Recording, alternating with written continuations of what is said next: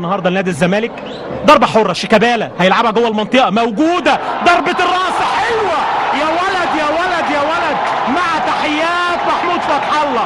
واحد للزمالك، العرض الاول في الدوري الممتاز للزملكاويه براس محمود فتح الله في افتتاح موسم 2009-2010.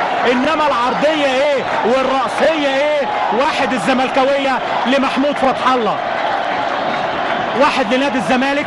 عملها شيكابالا ولا الجراح كده، رفع الكرة بالمقاس، طالع محمود فتح الله حطها على شمال مهدي سليمان، ما يقدرش يعمل لها اي حاجه. الهدف اهوت بيتعادلوا قدام حضراتكم، اتعملت حلوه حلوه حلوه، يا دوبك محمود فتح الله كده الصعوبه في اللعبه ان هو عملها في الزاويه فعلا اهي، الكرة مش جامده انما عملها في زاويه صعبه محمود فتح الله، وعملت بند كده وخدعت مهدي سليمان.